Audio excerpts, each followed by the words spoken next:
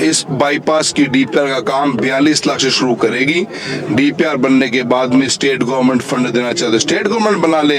2023-24 रबी का जो हमारा क्लेम था वो सरकार ने प्रीमियम न भरने के कारण हमें 1 साल लेट मिला है। नमस्कार दोस्तों, मैं हूं किशोर कुमार शर्मा और आप देख रहे हैं मीडिया 4x4। दोस्तों आज मौजूद हूं खरतवासिया ग्राम पंचायत में। यहाँ पर अनेक सरपंच के द्वारा करवाए गए कार्यों का लोकार्पण होना है और इस लोकार्पण कार्यक्रम में पहुंच रहे हैं तारानगर के विधायक नरेंद्र जी बुडानिया साहब और चूरू सांसद राहुल जी कसवा।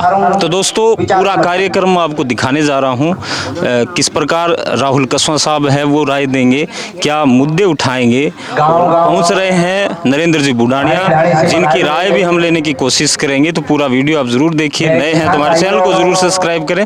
धन्यवाद।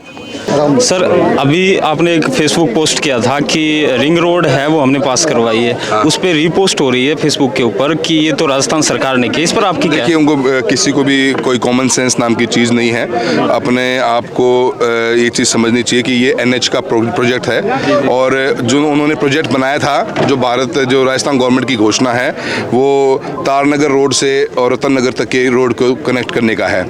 हमारा जो प्रोजेक्ट है वो हमारे इस गवर्नमेंट ने इस बजट में घोषणा करी। हमने ये 1.5 साल पहले गडकरी साहब से तनमांगड़ में घोषणा करा ली थी। हम NH 52 से NH 703 को भी जोड़ने का काम करेंगे इसमें। और ये स्टेट हाईवे के पास में 200 करोड़ रुपए की कोई रोड चल भी रही है राजस्थान में क्या आज तारीख में? एक भी सिंगल रोड तो बता दें कि कौन सी रोड चल रही है राजस्थान के अंदर। और राजस्थान भारत सरकार का 2 लाख करोड़ रुपए का बजट है रेलवे हाईवेज का। उस पैसे को हम अपने क्षेत्र में लाने का हमारा मकसद है और हम चाहते हैं कि NH to NH चले, जो NH 52 से NH 703 पे आएगा और 703 के बाद में हम सभी स्टेट हाईवे की रोड्स को जोड़ते दोबारा रतनगढ़ तक आ जाएंगे। डीपीआर बन रही है, डीपीआर हमारे भी, हाँ, ये स्टेट गवर्नमेंट बना रही है, हम नेशनल हाईवे से बनाना चाहते हैं क्योंकि राजगढ़ की डीपीआर बन रही है, उसका बन चुकी है। लैंड एक्वायर का काम चालू हो जाएगा नेक्स्ट ईयर तक। हम चूर पीछे रह गया था क्योंकि इसी उलझा बिल्ली में, क्योंकि जब हमने घोषणा करवा दी तो जबरदस्ती स्टेट गवर्नमेंट से घोषणा कराने का काम किया गया और इसलिए तारनगर के अंदर से, तारनगर रोड से उस डीपीआर का काम शुरू किया, जो बहुत ही मैं निंदाजनक मानता हूँ। मेरा फिर भी ये मानना है वो बनवाइए। ये national highway road, national highway authority of India इस बाईपास की डीपीआर का काम 42 लाख से शुरू करेगी।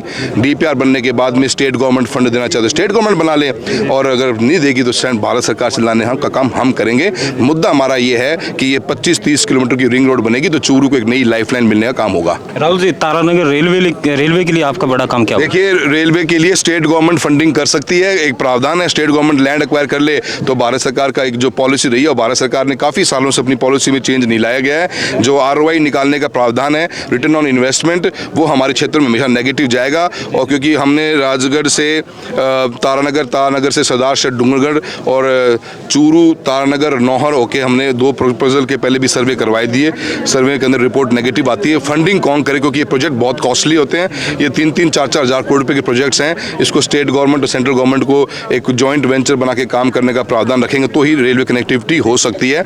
हमने अभी एक कमर्शियल एंगल से 2 नए सर्वे की प्लानिंग करी है। एक हमने सरसा से लेकर नौहर से लेकर बठिंडा और सरसा ट्रैक के ऊपर एक कनेक्टिविटी का प्लान बनाया है। एक हमने चूरू तारनगर से नौहर का प्लान बनाया है। अगर ये दोनों प्लान कामयाब हो जाते हैं, उसमें हमने हमारा टेक्निकल, हमने जो हमारा व्यू पॉइंट दिया वो ये दिया है कि जो मेजर ट्रंक रूट हमारा बठिंडा हिसार से रतनगढ़ जाता है, अगर ये ट्रैक जुड़ जाते हैं तो इसमें 70 किलोमीटर की कॉस्ट सेविंग होगी और 70 किलोमीटर की सेविंग से काफ़ी बड़ा फ्राइट में फ़ायदा पड़ेगा लॉन्ग टर्म के अंदर। एक नया सर्वे घोषणा सरकार जल्दी करेगी, मुझे उम्मीद है शायद कुछ पॉजिटिविटी निकल के आ जाए। किसानों को 257 का मुआवजा मिला, अब प्रेजेंट में तारानगर के किसानों को भी नहीं मिल रहा है। आपकी क्या राय है, क्या आप मुद्दे उठाने वाले हैं? 257 रुपये का मुआवजा मिला था। देखिए, इस बार के 2023-24 रबी का जो हमारा क्लेम था वो सरकार ने प्रीमियम न भरने के कारण हमें 1 साल लेट मिला है। हम सरकार का इस मुद्दे को मैं पार्लियामेंट में अवश्य उठाऊंगा, क्योंकि प्रावधान इसमें है कि स्टेट गवर्नमेंट हो चाहे बीमा कंपनी हो, अगर क्लेम डिसबर्समेंट लेट होगा तो इंटरेस्ट का पेनल्टी क्लॉज भी उसके अंदर है।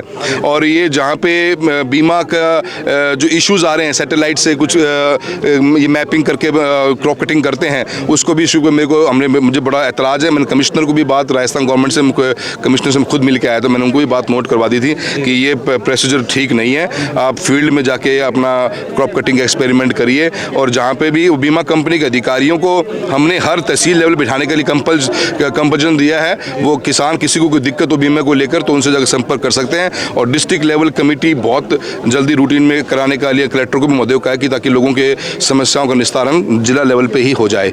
सरकार को ध्यान देना पड़ेगा। 23 खरीफ का पैसा आज तक नहीं आया है, 1 साल से उसको भी ऊपर होने वाला है, तो सरकार का फोकस नहीं है। और एक ऐसी इस मुद्दे को मैं पार्लियामेंट में रेज करने वाला हूं कि टाइम बाउंड तरीके से बीमे का क्लेम डिसबर्स किसानों को होना चाहिए। चलिए, थैंक यू।